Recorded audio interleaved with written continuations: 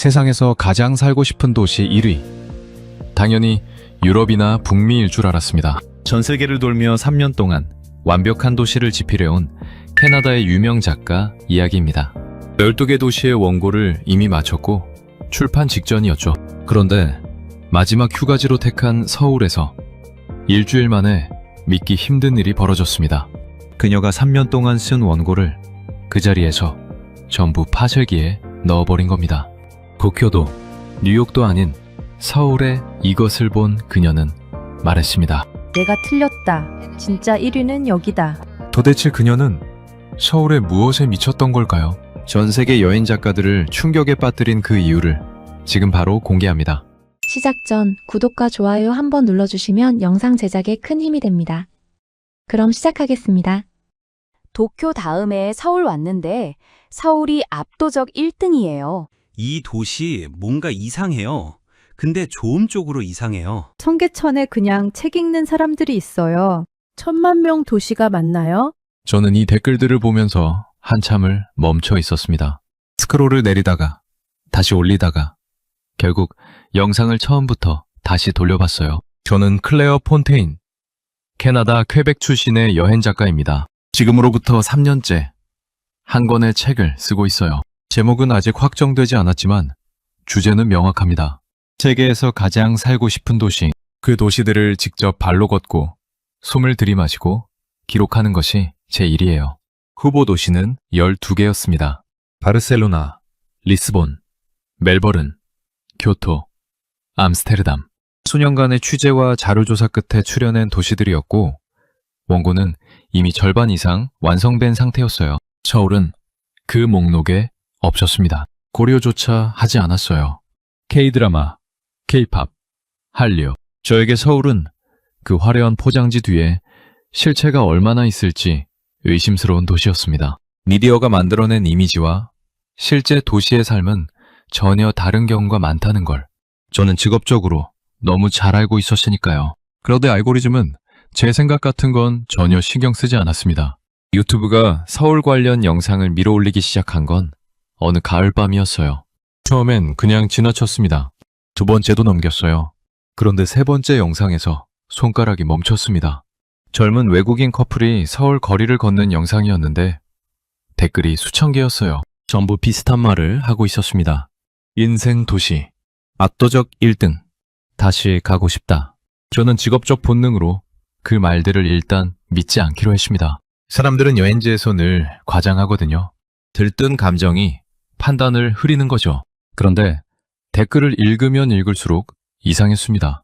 과장이나 흥분이 아니었어요. 오히려 차분하고 구체적이었습니다. 일본에서 2주를 보내고 서울에 왔는데 서울이 더 좋았다는 사람. 유럽 여러 도시를 다녀봤지만 서울만큼 살고 싶다는 생각이 든 도시는 없었다는 사람. 그리고 그 중에서 한 댓글이 눈에 걸렸습니다. 청계천에 책 읽는 사람들이 그냥 있어요. 연출이 아니에요. 그냥 앉아서 읽고 있어요. 저는 그 영상을 찾아봤습니다. 서울 도심 한복판을 흐르는 개천. 그 옆으로 작은 책 상자들이 놓여 있고 사람들이 아무렇지 않게 책을 꺼내 읽고 있었어요. 돗자리도 예약도 입장료도 없었습니다. 그냥 앉아서 그냥 읽고 있었어요. 10,000명이 사는 도시에서요. 저는 그 영상을 3번 돌려봤습니다. 연출된 것처럼 보이지 않았어요. 그렇다고 자연스러운 것도 선뜻 믿기지 않았습니다. 이상했습니다. 근데 좋은 쪽으로 이상했어요. 누군가의 댓글이 정확히 그렇게 말하고 있었습니다. 저는 그날 밤 항공권을 검색했어요. 책에 넣을 생각은 없었습니다. 확인하러 가는 거였어요. 제가 틀렸다면 댓글 하나 남기고 돌아오면 그만이고 제가 맞다면 역시 과대포장된 도시 하나를 걸러낸 셈이었습니다. 어느 쪽이든 손해볼 게 없었어요. 적어도 그때는 그렇게 생각했습니다. 인천행 비행기는 12시간이었습니다. 저는 기내에서 서울에 대한 자료를 찾아봤어요. 인구 1,000만, 세계에서 손꼽히는 지하철 노선, 아시아에서 가장 빠른 인터넷 속도. 숫자들은 인상적이었지만 숫자가 도시의 온도를 말해주진 않습니다. 저는 노트북을 덮고 눈을 감았어요. 내일이면 알게 될 것이었습니다. 청계천의 그 사람들이 진짜인지 아니면 제 눈이 맞는지. 그리고 솔직히 말씀드리면 저는 제 눈이 맞을 거라고 생각하고 있었습니다. 인천국제공항에 내린 건 이른 아침이었습니다. 12시간의 비행 끝에 도착한 공항은 생각보다 훨씬 컸어요. 아니, 컸다는 표현만으로는 부족합니다. 넓고 높고 조용했습니다. 공항이라는 공간 특유의 소란함이 있잖아요. 카트 끄는 소리, 안내방송, 사람들의 웅성거림. 그런데 인천공항은 그 모든 것이 있으면서도 어딘가 차분했어요. 처음 마주한 서울의 첫인상이 공항에서부터 시작될 줄은 몰랐습니다. 입국 수속을 마치고 나오자마자 눈에 들어온 건 사람이었습니다. 공항 곳곳에서 외국인들이 보였어요. 유럽 여행자들, 동남아시아에서 온 가족 단위 관광객들, 중동에서 온 듯한 커플들, 다양한 국적의 사람들이 같은 방향으로 움직이고 있었어요. 서울로 가는 방향으로요. 저는 그 흐름을 따라 공항철도 안내판을 찾았습니다. 서울 도심까지. 요금표 앞에서 저는 멈칫했습니다. 9,000원이었어요. 우리 돈으로 환산하면 약 9달러. 인천공항에서 서울 도심까지 직통으로 9달러입니다. 저는 숫자를 2번 확인했어요. 캐나다 토론토에서 공항버스를 타면 편도 30달러가 넘습니다. 런던 히드로에서 패딩턴역까지 익스프레스를 타면 40파운드에 가까워요. 그런데 인천에서 서울 도심까지 9달러. 저는 취재 노트를 꺼내 그 숫자를 적었습니다. 첫 번째 메모였어요. 매표소 앞에 서서 노선도를 들여다보고 있는데 옆에서 직원 한 분이 다가왔습니다. 한국어로 먼저 말씀하셨다가 제가 어리둥절한 표정을 짓자 바로 영어로 바꾸셨어요. 어디까지 가느냐고 물으셨습니다. 숙소 이름을 말씀드렸더니 잠깐 기다리라고 하시더니 서랍에서 종이 지도를 꺼내셨어요. 형광펜으로 제가 타야 할 노선을 긋고 환승역에 동그라미를 치고 내려야 할 역 이름 옆에 별표를 그리셨습니다. 그리고 지도를 접어 제 손에 쥐어주셨어요. 말없이 고개를 끄덕이며 돌아서시는 뒷모습을 보면서 저는 한동안 그 자리에 서 있었습니다. 어느 나라 공항에서도 이런 적이 없었거든요. 스마트폰 시대의 종이 지도에 형광펜이라니. 낡은 방식이라고 할 수도 있었습니다. 그런데 이상하게도 그 종이 한 장이 어떤 앱보다 따뜻하게 느껴졌어요. 취재 노트에 2번째 메모를 적었습니다. 친절히 시스템인 나라. 공항철도 안으로 들어서자 좌석이 깔끔했습니다. 노선도는 한국어와 영어, 중국어, 일본어로 표기되어 있었어요. 외국인을 위한 배려가 설계 단계부터 들어가 있다는 느낌이었습니다. 창밖으로 풍경이 흘러갔어요. 넓은 강, 다리, 그리고 멀리 보이는 도심의 스카이라인.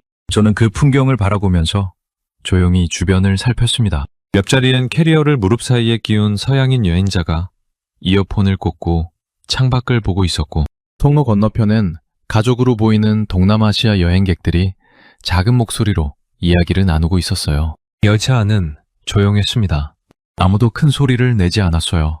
서울역에 내렸을 때였습니다. 예찰구를 나오는데 맞은편에서 할머니 한 분이 오고 계셨어요. 양손에 짐을 드신 채 계단을 오르고 계셨는데 지나가던 젊은 남성이 아무 말 없이 짐을 받아들었습니다. 할머니가 뭐라고 하시자 그 남성이 웃으면서 고개를 끄덕였어요. 10초도 안 되는 장면이었습니다. 그런데 저는 그 장면에서 눈을 뗄 수가 없었어요. 여몽적인 행동이 아니었습니다. 그냥 자연스러웠어요. 주변 누구도 쳐다보지 않았습니다. 그게 당연한 일이기 때문이었겠죠. 저는 숙소로 향하는 택시 안에서 취재 노트를 다시 펼쳤습니다. 공항 요금, 종이지도, 열차 안의 정적, 계단 위에 10초. 서울에 도착한 지 2시간도 안 됐는데 메모가 4줄이었어요. 비판 기사를 쓰러 온 사람치고는 이상한 방향으로 메모가 쌓이고 있었습니다. 저는 노트를 덮고 창밖을 바라봤어요. 서울의 거리가 빠르게 스쳐 지나갔습니다. 확인하러 왔다고 했습니다. 맞습니다. 그런데 무엇을 확인하게 될지는 아직 모르고 있었어요. 숙소 주소를 보고 처음엔 잘못 찾아온 줄 알았습니다. 골목이 너무 좁았어요. 택시에서 내려 캐리어를 끌고 들어가는데 양옆으로 낮은 담장이 이어졌습니다. 담장 너머로 기와 지붕이 보였어요. 현대식 건물들 사이에 이런 공간이 있다는 게 선뜻 믿기지 않았습니다. 골목 끝에서 작은 나무 문패를 발견했어요. 숙소 이름이 한국어로 적혀 있었고 그 아래 영어로 조그맣게 병기되어 있었습니다. 저는 문을 밀었습니다. 마당이 나왔습니다. 작은 마당이었는데 한쪽에 장독대가 있었고 반대편엔 작은 나무 의자 2개가 놓여 있었어요. 하늘이 보였습니다. 사방이 건물로 막힌 서울 도심에서 그 마당에서만큼은 하늘이 온전히 열려 있었어요. 저는 캐리어를 세워두고 잠깐 그 자리에 서 있었습니다. 단체에서 할머니 한 분이 나오셨어요. 짧은 영어로 인사를 건네시면서 방으로 안내해 주셨습니다. 미닫이 문을 열자 방이 나왔어요. 생각보다 아담했습니다. 그런데 천장을 보는 순간 저도 모르게 숨을 들이켰어요. 나무 대들보가 가로질러 있었습니다. 오래된 나무 특유의 결과색이 그대로 살아있었어요. 할머니께서 짧게 설명해 주셨습니다. 이 건물은 100년이 넘었다고요? 저는 그 말을 듣고 천장을 다시 올려다봤습니다. 100년. 제가 태어나기도 전에, 제 부모님이 태어나기도 전에 이 대들보는 이미 이 자리에 있었던 겁니다. 바닥에 손을 짚어봤습니다. 따뜻했어요. 할머니께서 온돌이라고 하셨습니다. 바닥 아래로 열기가 흐르는 한국의 전통 난방 방식이라고요.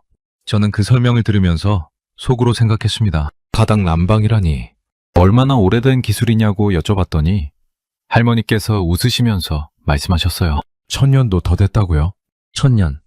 유럽에서 바닥 난방이 현대 건축의 혁신이라고 불리던 그 기술을 한국은 1000년 전부터 쓰고 있었던 겁니다. 저는 취재 노트에 그 말을 그대로 받아 적었어요. 저녁이 됐습니다. 빗소리가 시작됐어요. 창호지 문 너머로 빗소리가 들려왔는데 이상하게도 그 소리가 크게 들리지 않았습니다. 흡수되는 느낌이었어요. 창호지가 빗소리를 걸러내고 있었습니다. 저는 바닥에 깔린 침구 위에 누워서 천장을 바라봤어요. 100년 된 나무 대들보, 창호지 문을 스치는 빗소리, 바닥에서 올라오는 온기, 이 3가지가 동시에 느껴지는 공간이었습니다. 불편할 거라고 생각했어요. 침대도 없고 방은 좁고 낯선 나라의 낯선 방식이었으니까요. 그런데 이상하게도 편안했습니다. 설명이 안 됐어요. 저는 잠들기 전에 취재 노트를 꺼냈습니다. 오늘 하루 메모한 것들을 다시 읽어봤어요. 공항요금, 종이지도, 계단 위엔 10초, 온돌, 100년 된 대들보, 비판 기사를 쓰러 온 사람의 첫날 메모라고 하기엔 내용이 자꾸 엉뚱한 방향으로 흘렀습니다. 저는 첫 줄을 적으려고 펜을 들었어요. 한참을 생각하다가 결국 이렇게 썼습니다. 서울은 아직 모르겠다. 그게 솔직한 심정이었습니다. 와대 포장된 도시라고 단정 짓기엔 하루 만에 본 것들이 자꾸 그 판단을 방해했어요. 그렇다고 이미 마음이 기울었다고 말하기도 이른 시점이었습니다. 저는 노트를 덮고 눈을 감았어요. 빗소리는 계속됐습니다. 창호지 문 너머로 아주 고르고 조용하게. 다음날 아침 할머니께서 마당 쪽에서 무언가를 손질하고 계셨습니다. 저는 세수를 하고 나와 마당에 잠깐 섰어요. 간밤에 비가 내렸는데도 마당은 깔끔했습니다. 장독대 위에 빗방울이 맺혀 있었고 아침 햇살이 기와 지붕에 걸려 있었어요. 할머니께서 저를 보시더니 아침 드셨냐고 물으셨어요. 아직이라고 했더니 잠깐 기다리라고 하셨습니다. 잠시 후 작은 쟁반이 나왔어요. 흰죽 한 그릇과 반찬 몇 가지였습니다. 따로 요청하지 않았는데 그냥 내오신 거였어요. 저는 마당 한쪽 나무 의자에 앉아 그걸 먹었습니다. 아무 말도 없이 새소리가 들렸어요. 서울 도심이 맞나 싶을 만큼 조용한 아침이었습니다. 죽은 따뜻하고 담백했어요. 저는 숟가락을 내려놓으면서 생각했습니다. 이 나라는 뭔가 다르다. 아직 뭐가 다른지는 몰랐습니다. 그걸 알아내는 게 이번 취재의 목적이 되어가고 있었어요. 처음 계획과는 조금 달라진 목적이었지만요. 경복궁 앞에 섰을 때 저는 잠깐 걸음을 멈췄습니다. 규모 때문이었어요. 서울 도심 한복판에 이런 공간이 있다는 게 막상 눈앞에서 보니 실감이 나지 않았습니다. 사방이 현대식 건물로 둘러싸인 도시 한가운데 600년 된 궁궐이 그대로 서 있었어요. 위축되지 않았습니다. 오히려 당당했어요. 주변의 고층 건물들이 오히려 궁궐을 배경으로 물러나 있는 것처럼 보일 정도였습니다. 매표소 앞에 줄이 길었습니다. 그런데 그 줄의 구성이 눈에 띄었어요. 한국인보다 외국인이 더 많았습니다. 영어, 프랑스어, 아랍어, 스페인어. 제 앞뒤로 들리는 언어만 4-5가지였어요. 가족 단위 서양인 관광객, 중동에서 온 듯한 커플, 배낭을 맨 동남아시아 여행자들, 서울이 이렇게 다양한 국적의 여행자들을 끌어모으고 있다는 사실이 줄을 서면서 새삼스럽게 느껴졌습니다. 입장료는 3,000원이었습니다. 우리 돈으로 환산하면 약 $2 남짓이에요. 저는 지갑을 꺼내면서 숫자를 다시 확인했습니다. $2. 파리의 베르사유 궁전 입장료가 21유로입니다. 런던 타워는 30파운드가 넘어요. 600년 역사를 가진 궁궐의 입장료가 $2라는 건 가격 정책이 아니라 철학의 문제라는 생각이 들었습니다. 이 나라는 자국의 문화유산을 국민 누구나 그리고 세계 누구나 부담 없이 볼 수 있어야 한다고 생각하는 거였어요. 저는 취재 노트에 그 생각을 적었습니다. 매표소를 지나는데 옆에서 웃음소리가 들렸습니다. 서양인 여성 2명이 한복을 입고 있었어요. 치마가 바람에 부풀어 오르자 서로를 보며 까르르 웃고 있었습니다. 안내판을 보니 한복을 입고 오면 무료 입장이라고 적혀 있었어요. 그래서였습니다. 궁궐 입구 주변으로 한복 대여점들이 줄지어 있었고 형형색색의 한복을 입은 외국인들이 여기저기서 사진을 찍고 있었어요. 금발머리에 분홍빛 한복, 히잡 위에 걸친 옥색 저고리, 아이 손을 잡고 걷는 서양인 아버지의 남색 도포. 그 장면이 어색하지 않았습니다. 오히려 자연스러웠어요. 이 문화를 함께 즐기라는 열린 태도가 그 풍경을 만들어내고 있었습니다. 광화문 안으로 들어서는 순간이었습니다. 파수꾼이 보였어요. 정확하게는 파수꾼의 눈빛이 먼저 보였습니다. 꼼짝도 하지 않았어요. 관광객들이 바로 옆에서 사진을 찍어도 아이가 손을 흔들어도 시선 하나 흔들리지 않았습니다. 저는 그 앞에서 한동안 서 있었어요.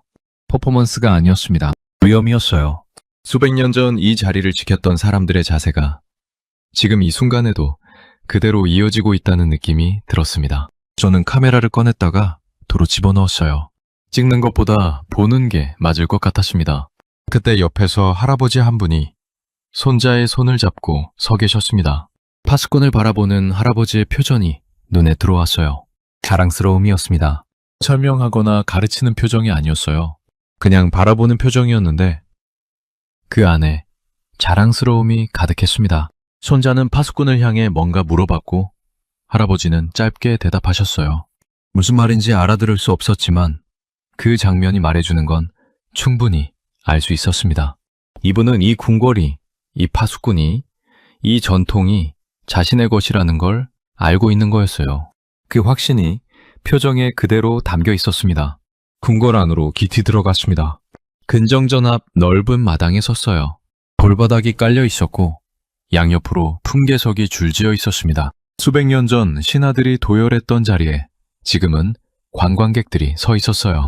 그런데 그 공간의 크기와 비례가 만들어내는 압도감은 수백 년이 지나도 변하지 않은 것 같았습니다. 저는 그 마당 한가운데 서서 사방을 둘러봤어요. 뒤로는 인왕산이 보이고 앞으로는 광화문이 보이고 하늘은 맑았습니다. 이 축을 의도적으로 설계한 사람들의 안목이 느껴졌어요. 건물을 지은 게 아니라 공간을 설계한 겁니다. 향원정 연못 앞에 이르렀을 때였어요.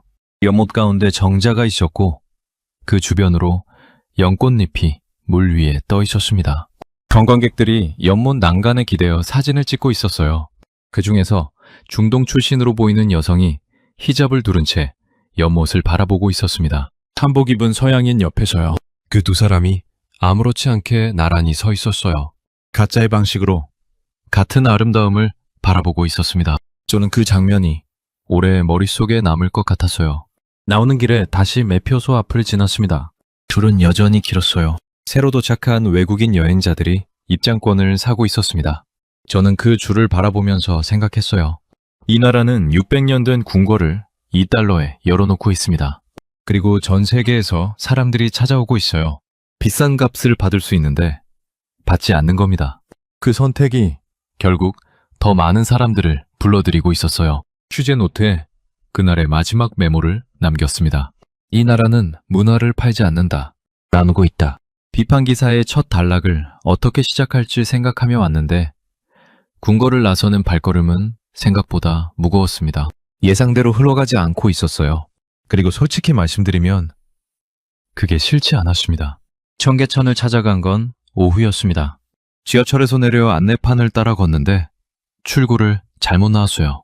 분명히 2번 출구라고 적혀 있었는데 제가 나온 건 4번이었습니다.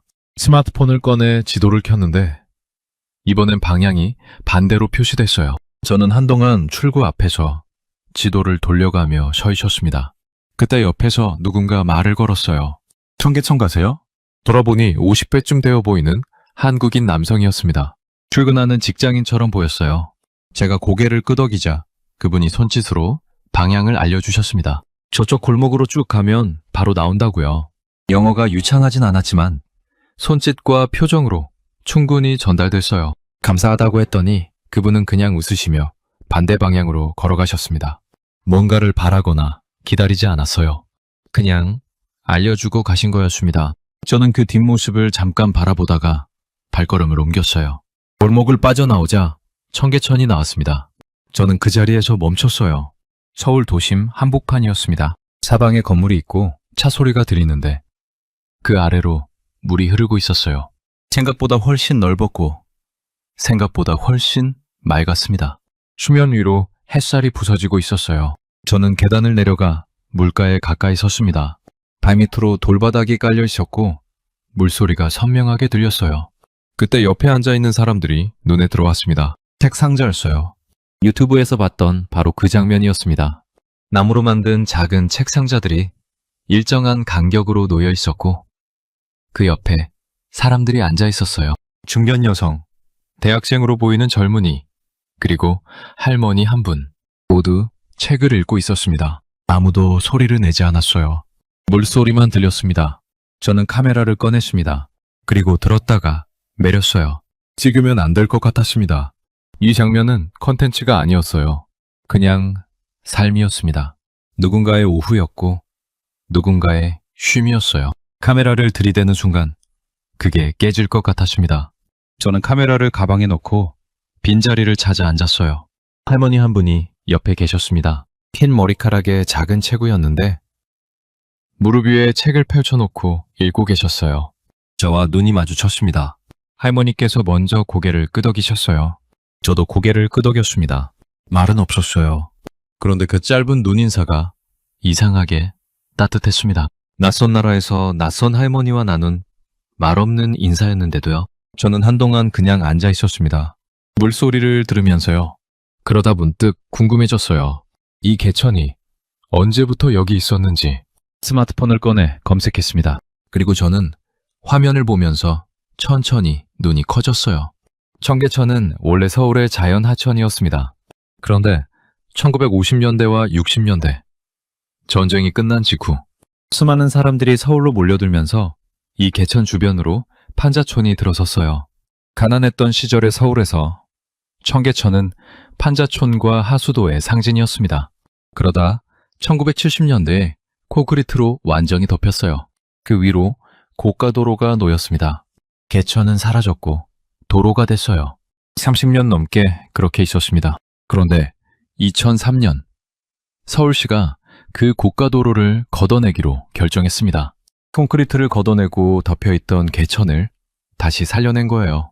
2년여의 공사 끝에 2005년 청계천이 다시 세상에 나왔습니다. 판자촌의 상징이었던 곳이 서울 시민들의 쉼터가 됐어요. 저는 스마트폰을 내려놓고 흐르는 물을 바라봤습니다.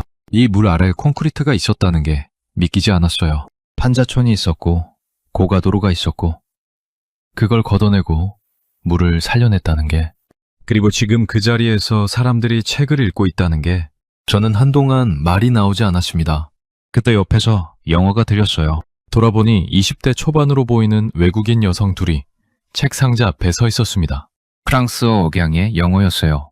한 명이 책 상자를 가리키며 말했습니다. 이거 그냥 가져다 읽어도 되는 거야?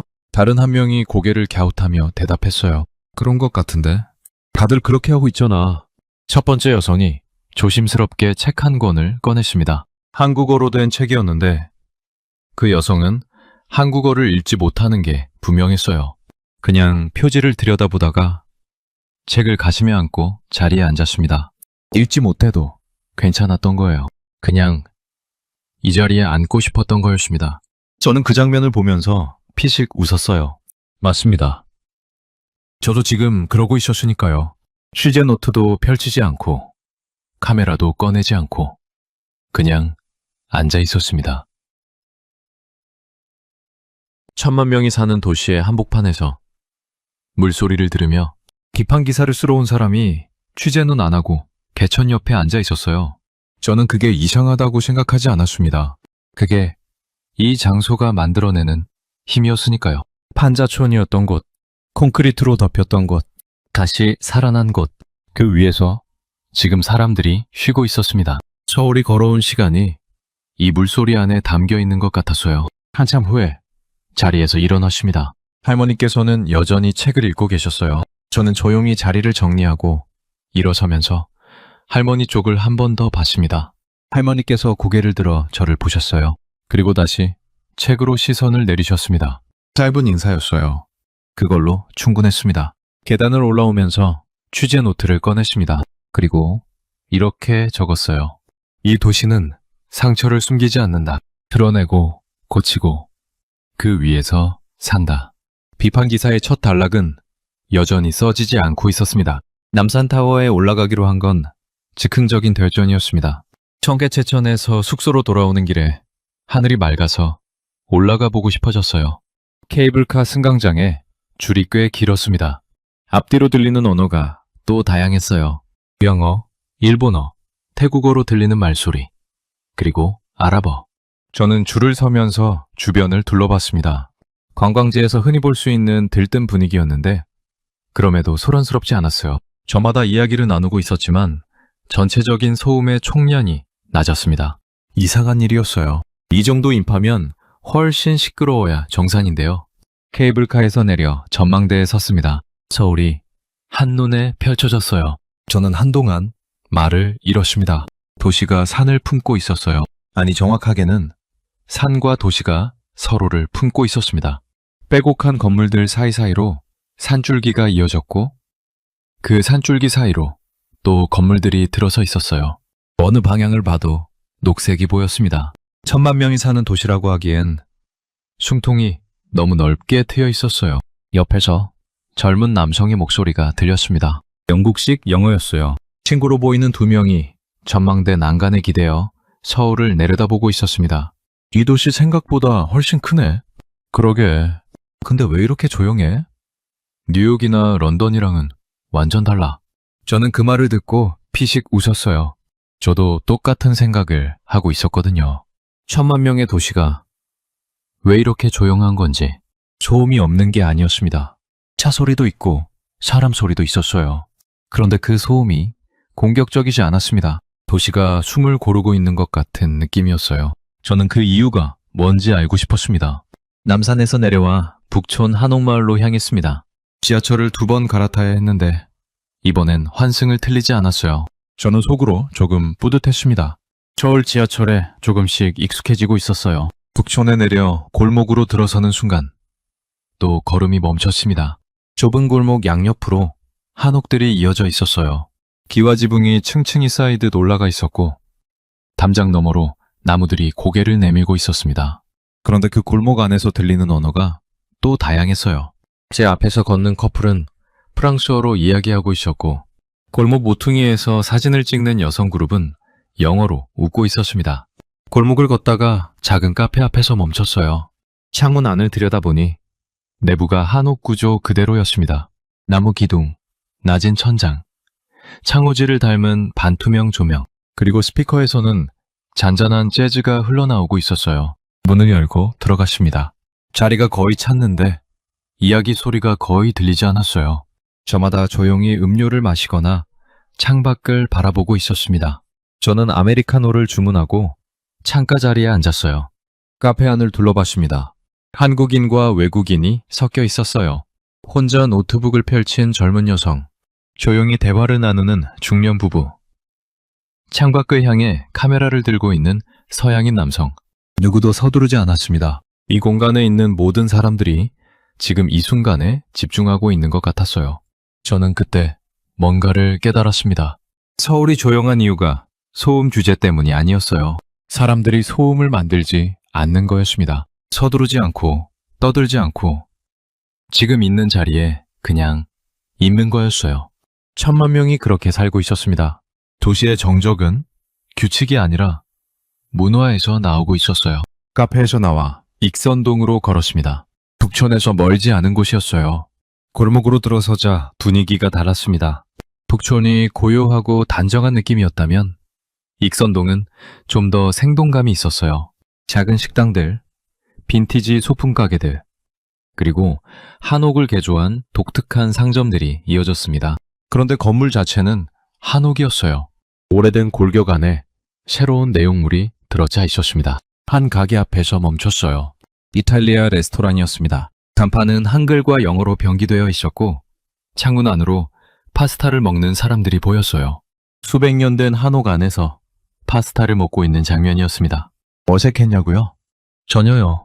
오히려 자연스러웠어요. 건물이 워낙 당당하게 한옥이었기 때문에 그 안에 무엇이 들어와도 공간이 흔들리지 않는 것 같았습니다. 전통이 현재를 압도하거나 밀어내는 게 아니라 그냥 함께 있는 거였어요. 골목 안쪽에서 웃음소리가 들렸습니다. 들여다보니 작은 뜰이 있는 가게였는데 그 뜰 안에 어르신 부부가 앉아 계셨어요. 70은 넘어 보이셨습니다. 두 분이 나란히 앉아 막걸리를 한 잔씩 앞에 두고 조용히 이야기를 나누고 계셨어요. 주변에 젊은 외국인 관광객들이 사진을 찍고 지나가는데 두 분은 전혀 개의치 않으셨습니다. 자기들의 골목에서 자기들의 방식으로 앉아 계신 거였어요. 저는 그 장면에서 눈을 뗄 수 없었습니다. 이 두 분이 젊었을 때 이 골목은 어떤 모습이었을까요? 이 한옥들이 낡고 불편한 집이었을 때, 이 골목이 그냥 오래된 동네였을 때, 그 시간을 다 지나서 지금 여기 앉아 계신 거였습니다. 전 세계에서 온 여행자들이 이 골목을 찾아오는 걸 보면서 두 분은 어떤 마음이실까요? 저는 차마 들어가서 여쭤보지 못했어요. 그냥 그 장면을 눈에 담았습니다. 익선동을 빠져나오는 길에 취재 노트를 꺼냈습니다.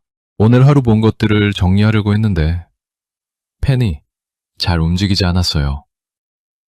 너무 많은 걸 봤기 때문이 아니었습니다. 뭐라고 써야 할지 몰랐기 때문이었어요. 결국 한 줄만 적었습니다. 이 도시는 전통과 현재가 싸우지 않는다. 그냥 같이 산다. 비판 기사를 쓰러 온 사람의 사흘째 메모가 또 엉뚱한 방향으로 흘렀습니다. 그리고 솔직히 말씀드리면 저는 이제 그게 당연하다고 느끼기 시작했어요. 숙소로 돌아온 건 저녁 9시가 넘어서였습니다. 사흘을 걸었더니 발이 묵직했어요. 한옥 마당을 지나 방으로 들어오는데 할머니께서 부엌 쪽에 계셨습니다. 저를 보시더니 밥 먹었냐고 물으셨어요. 늦게 들어온 손님에게 밥 걱정을 하시는 분이었습니다. 저는 괜찮다고 했는데 잠시 후 방문 앞에 따뜻한 보리차 한 잔이 놓여 있었어요. 아무 말 없이 갖다 놓으신 거였습니다. 저는 그 차를 두 손으로 감싸주고 한참을 앉아 있었어요. 짐을 풀고 노트북을 열었습니다. 편집자에게 보내야 할 초안 마감이 사흘 뒤였어요. 저는 빈 문서를 열고 커서가 깜빡이는 걸 바라봤습니다. 비판 기사의 첫 문장을 써야 했어요. 서울은 한류라는 포장지로 과대평가된 도시다. 그렇게 시작하려고 왔었습니다. 그런데 손가락이 움직이지 않았어요.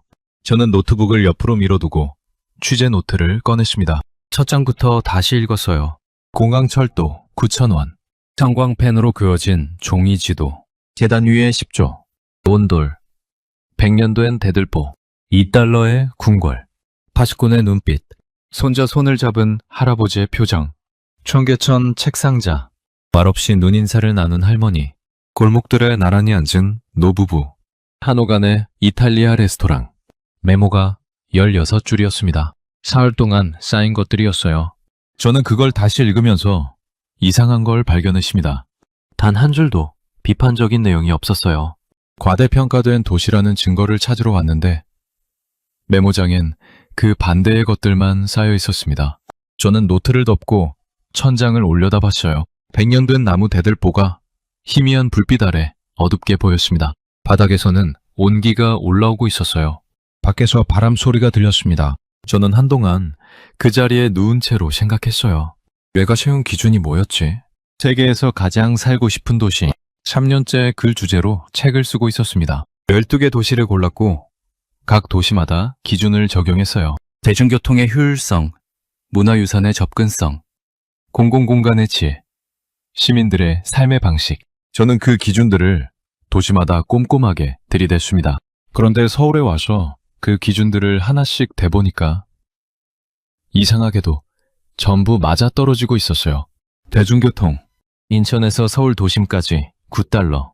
노선은 촘촘하고 안내는 4개 국어로 되어 있고 환승은 연결되어 있었습니다. 문화유산의 접근성, 600년 된 궁궐이 2달러에 열려 있었어요.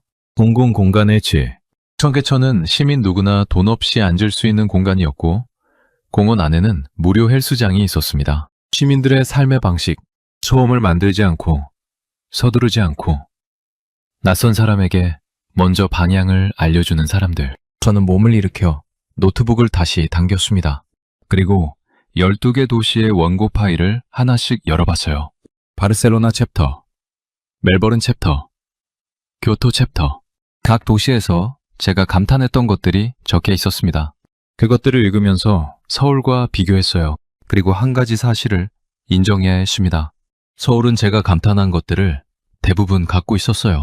그것도 더 낮은 비용으로 더 많은 사람들에게 열려있는 방식으로요. 저는 검색창을 열었습니다. 서울의 역사를 찾아봤어요. 1960년대 사진이 나왔습니다. 흑백 사진 속 서울은 지금과 전혀 달랐어요. 흙길이었고 판자집이었고 전쟁의 흔적이 고스란히 남아 있었습니다.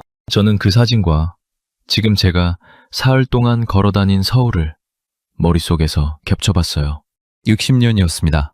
불과 60년 만에 흙길에서 9달러짜리 공항철도가 됐고 판자촌이었던 청계천 옆에 책상자가 놓였어요. 이 도시를 만든 건 누구였을까요? 저는 할머니 생각이 났습니다.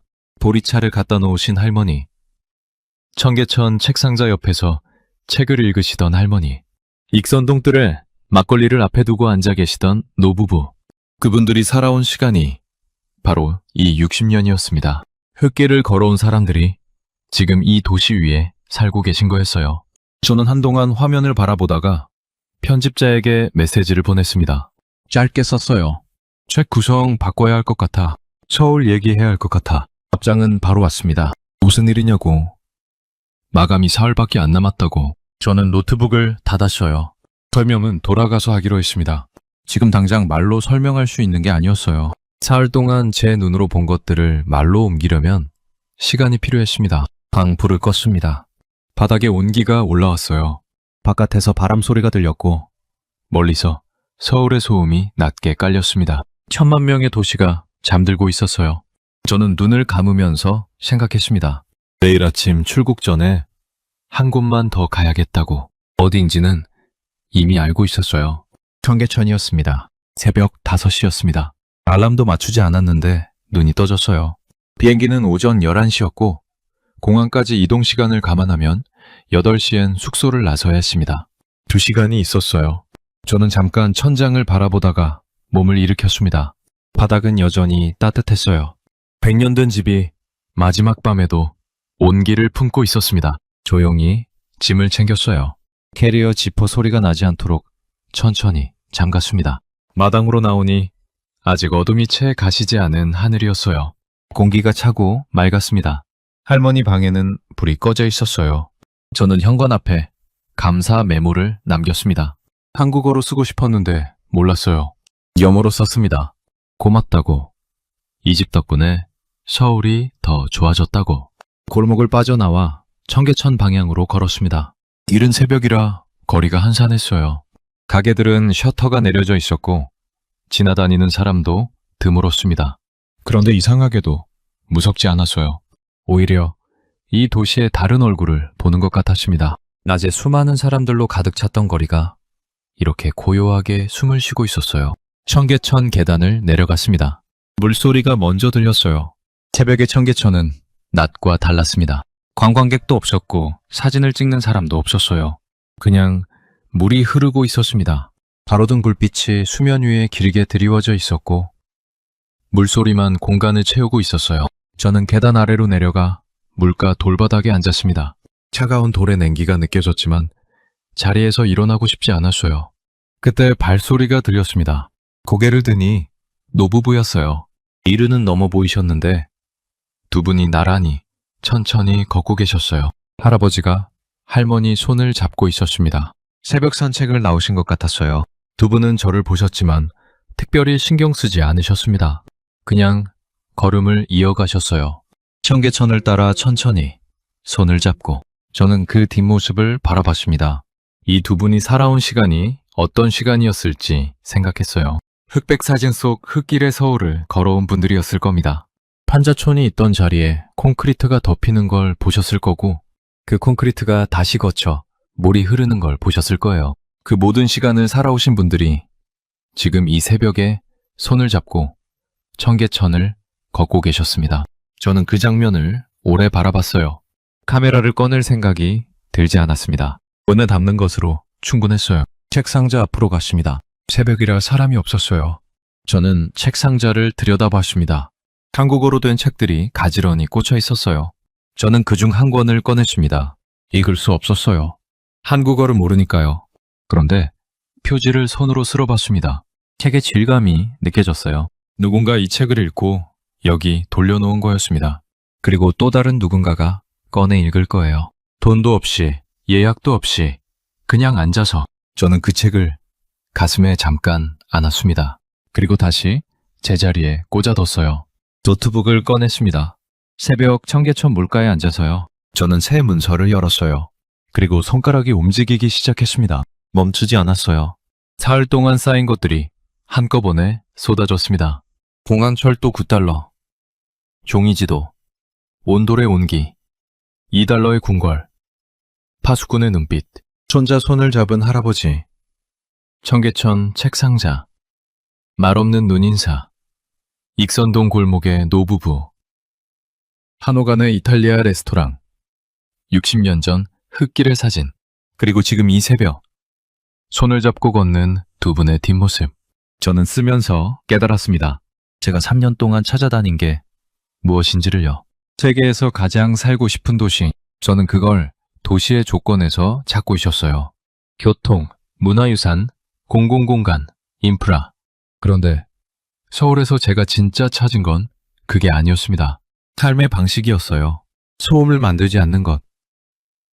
낯선 사람에게 먼저 방향을 알려주는 것. 판자촌 위에 물을 되살려내는 것. 2달러로 600년 역사를 여는 것. 새벽 청계천을 손잡고 걷는 것. 그것들이 모여서 도시를 만들고 있었습니다. 조건이 아니라 사람이었어요. 어느 순간 하늘이 밝아오고 있었습니다. 수면 위에 드리워진 가로등 불빛이 옅어지기 시작했어요. 동쪽 하늘이 희붐하게 열리고 있었습니다. 저는 노트북 화면에서 눈을 들어 그 하늘을 바라봤어요. 서울의 새벽이었습니다. 편집자에게 전화를 걸었어요. 캐나다는 한국보다 13시간이 미리니까 거기는 어젯밤이었지만 상관없었습니다. 편집자가 잠에서 덜 깬 목소리로 받았어요. 그래요. 무슨 일이야? 새벽에 책 바꿔야 해. 어떻게? 서울 넣어야 해. 그냥 넣는 게 아니라 마지막 챕터로. 잠깐 침묵이 흘렀습니다. 거기서 뭘 본 거야? 저는 청계천을 바라봤습니다. 물이 흐르고 있었어요. 새벽빛 아래서 수면이 조용히 반짝이고 있었습니다. 사람들이 어떻게 사는지 그게 전부였어요. 더 설명하지 않았습니다. 편집자도 더 묻지 않았어요. 전화를 끊고 자리에서 일어났습니다. 숙소로 돌아가 캐리어를 끌고 공항으로 가야 했어요. 비행기 시간이 다가오고 있었습니다.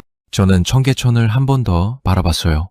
물은 변함없이 흐르고 있었습니다. 어제도, 오늘도, 내일도 그렇게 흐를 거였어요. 계단을 올라오면서 취재 노트를 꺼냈습니다. 마지막 메모를 적었어요. 나는 세계에서 가장 살고 싶은 도시를 찾으러 다녔다. 서울은 후보에도 없었다. 그런데 나는 이 도시에서 내가 찾던 답을 만났다. 도시가 도시를 만드는 게 아니었다. 사람이 도시를 만들고 있었다. 그리고 그 사람들은 지금도 이 새벽에 손을 잡고 청계천을 걷고 있었다. 캐리어를 끌고 골목을 빠져나왔습니다. 서울의 아침이 시작되고 있었어요. 가게들이 하나씩 셔터를 올리고 사람들이 거리로 나오기 시작했습니다. 저는 그 풍경 속을 걸었어요. 처음 왔을 때와 같은 거리였는데 다르게 보였습니다. 제 눈이 달라진 거였어요. 공항버스에 올라 창가에 앉았습니다.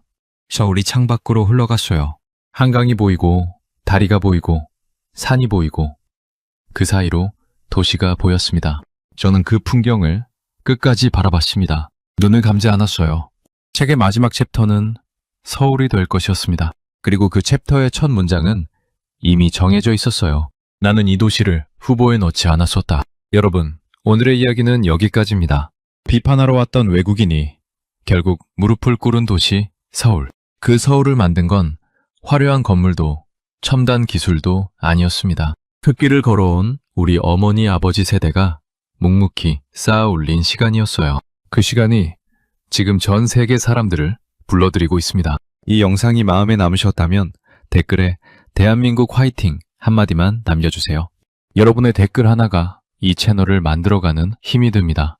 긴 영상 끝까지 함께 해주셔서 진심으로 감사드립니다. 늘 건강하시고 오늘 하루도 행복하고 따뜻한 하루 보내세요.